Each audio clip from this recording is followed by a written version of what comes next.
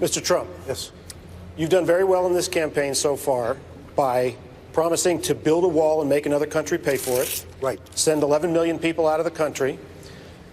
Cut taxes $10 trillion without increasing the deficit. Right. And make Americans better off because your greatness would replace the stupidity and incompetence of others. That's right. Let's be honest.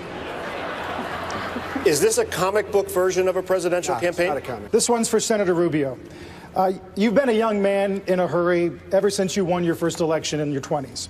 You've had a big accomplishment in the Senate, an immigration bill providing a path to citizenship that conservatives in your party hate and even you don't support anymore. Now you're skipping more votes than any senator to run for president. Why not slow down, get a few more things done first, or at least finish what you start? Yeah. So when the Sun Sentinel says Rubio should resign, not rip us off, when they say Floridians sent you to Washington to do a job, when they say you act like you hate your job, do you? Yeah, let me say, I read that editorial today with a great amusement. It's actually evidence of the bias that exists in the American media today. But do you hate your job? It's a question about why you're having difficulty, and I want to ask you in this context. Ben Bernanke, who was appointed Fed chairman by your brother, recently wrote a book in which he said he no longer considers himself a Republican because the Republican Party has given in to know-nothingism. Is that why you're having a difficult time in this race? But anybody who was following the market knows that your stock was a much worse performer if you looked at your competitors, if you looked at the overall market. I just wonder, in terms of all of that, you know, we look back, your board fired you. I just wondered why you think we should hire you now.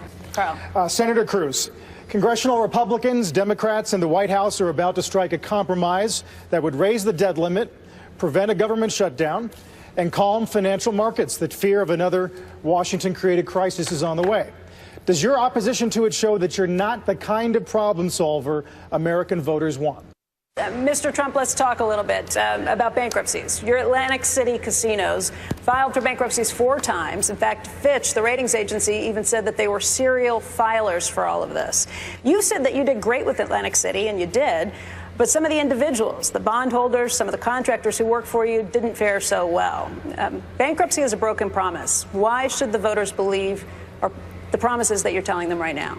Senator Rubio, you yourself have said that you've had issues. You have a lack of bookkeeping skills. You accidentally intermingled campaign money with your personal money. You faced foreclosure on a second home that you bought. And just last year, you liquidated a $68,000 retirement fund. That's something that cost you thousands of dollars in taxes and penalties. In terms of all of that, it raises the question whether you have the maturity and the wisdom to leave a $17 trillion economy. What do you say? There's a company called Manatech, a maker of nutritional supplements, with which you had a 10-year relationship. They offered claims that they could cure autism, cancer. They paid $7 million to settle a deceptive marketing lawsuit in Texas, and yet your involvement continued.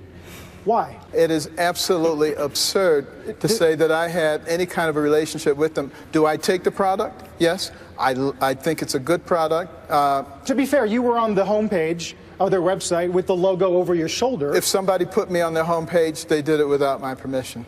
Does that not speak to your vetting process or judgment in any way? No, it speaks to the fact that I don't know that it's going on. See, they know.